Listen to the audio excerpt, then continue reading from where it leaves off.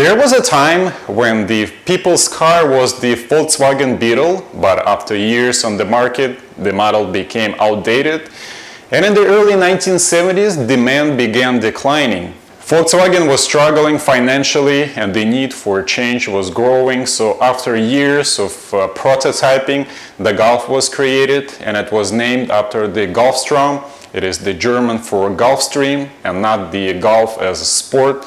It became one of the few classless cars on the road, but the model still grew in its popularity, and since the first one rolled off the production line in 1974, it's gone through 7 generations, and today it remains the most successful car in Europe, and if you haven't owned one, you probably know someone who has.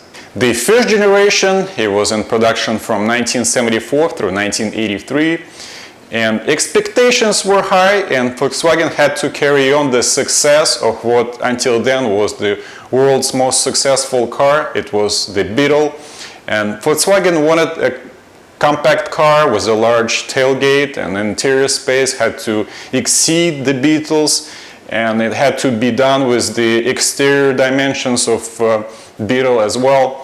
The Germans were impressed by Italian designer Giorgetto Giugiaro's work. He's done for Maserati, Fiat, BMW and others. And in the 1970s, they hired him to design the next people's car. New Golf was an absolute 180 turn compared to Beetle. The Beetle had an air-cooled rear engine, while Golf had a water-cooled front engine. And Beetle had a rear-wheel drive and Golf had a front-wheel drive. Plus Volkswagen switched from the well-known round shapes to a rectangular design structure, and this new style was so well received that within 2 years Volkswagen sold over 1 million Golfs, and in 1976 GTI edition was introduced, aimed at those who wanted an extra performance. A convertible version also was added. Volkswagen used 22 different engines during its production years for the first generation across different markets and countries, and the volumes of those engines ranged from 1 liter, producing 49 horsepower, to 1.8 liter with 110 horsepower on GTI versions, as well as diesels and turbo diesels. And now the second generation, it was in production from 1983 through 1981. So now, after the successful first generation, they had to find a way to make this next generation even better. They didn't change the exterior too much, but they made the Golf significantly bigger. The new chassis improved handling, comfort, and reduced the road noise. But Volkswagen didn't stop there. They brought many new technologies with this new model. Golf 2 had an anti-lock braking system and all-wheel drive that was introduced in 1986.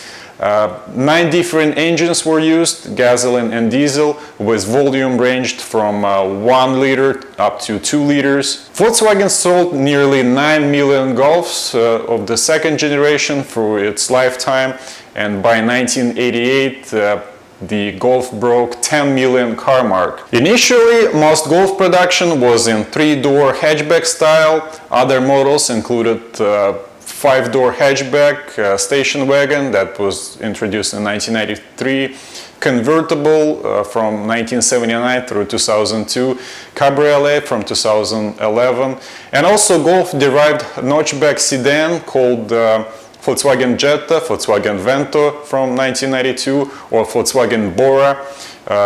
Those cars filled many market segments, from being basic everyday cars to high-performance hot hatchbacks. The third generation was in production from 1991 through 1997, and the change from round to oval headlights is probably the first thing you would notice. But also the speeds people traveled with at that time were becoming higher and higher, and safety was becoming more important to drivers. So starting from 1992, this Golf 3 was the first Golf to have front airbags.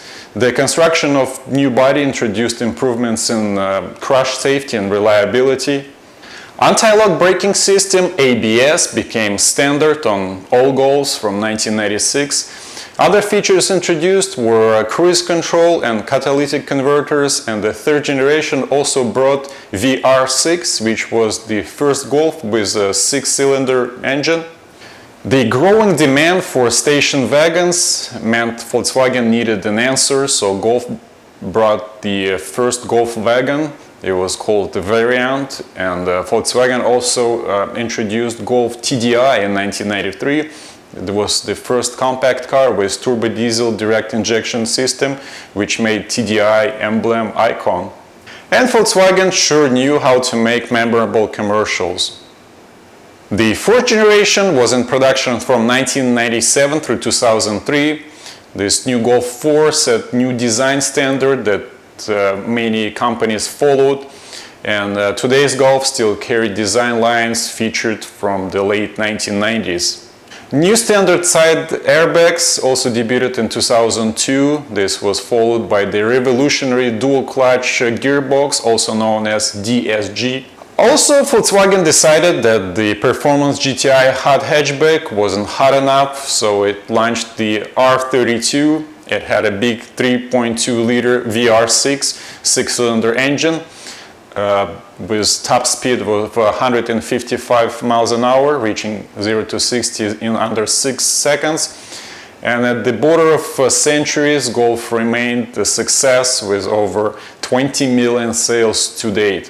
For the fifth generation, that was in production from 2003 through 2008, Volkswagen designers significantly modernized the looks of Golf, yet it didn't lose its distinctive features again, making it still clearly recognizable. Many customers also criticized the quality of the interior, but in its lifetime, that generation actually achieved sales which other Golf competitors could only dream of. And performance-wise, like the previous generations, this new Golf didn't disappoint. Golf 5 employed new 4-link rear suspension, 7-speed DSG, and the world's first twin charger in 2006 TSI edition, which combined turbo and supercharger. And a year later, Golf received the fuel-efficient Blue Motion version as well. This new economical Golf actually returned 62 miles per gallon, which is still very impressive even in today's standard. Then there was this time when Golf 5 raced Lamborghini Murcielago. Sixth generation was in production from 2008 through 2012. It offered refinement and improvements again. The first thing was safety. The stronger laser welded bodywork and improved safety technology resulted in 5-star safety rating. It came with refined ESC, park assist, and adaptive cruise control. And the second Golf Blue Motion was produced with a combined MPGs of 74.3 miles per gallon, and the R was introduced in 2009 as a continuation of the powerful R32. It came with a 2-liter TSI turbocharged engine, which could do 0 to 60 in just 5.5 seconds for DSG-equipped models. The R also had an improved 4-motion all-wheel drive system. Golf 7 is the current generation that was in production from 2012 until now. This new Golf introduced the same recognizable but sharper features. It didn't change the successful formula too much. Volkswagen found ways to improve the body of the car. The weight of the Golf 7 was reduced up to 100 kilograms. That's a weight of about one person. Fuel consumption and emissions were reduced by 23% as well. The model won several awards, among which is the World Car of the Year and European Car of the Year in 2013, then a North American Car of the Year in 2015. Also, Golf 7 generation will go down in history as the compact car in which numerous new assistance systems made their debut. Those are features like automatic post-collision braking system, pre-crash preventative occupant protection, and driver fatigue detection, and now those features are premium car features. The Golf remained a great value for money car, and by now Golf had sold around 35 million Golfs. This is about 2100 car sales each day for 45 years. And the DNA of the first model remains unchanged, from the highly recognizable exterior and shapes to the core characteristics. It was the model which showed how continuous development can make a great car even better.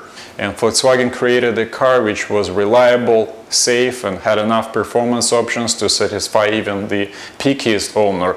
It was the car that turned the Golf into this new car segment, Golf class, which became this huge market it is today.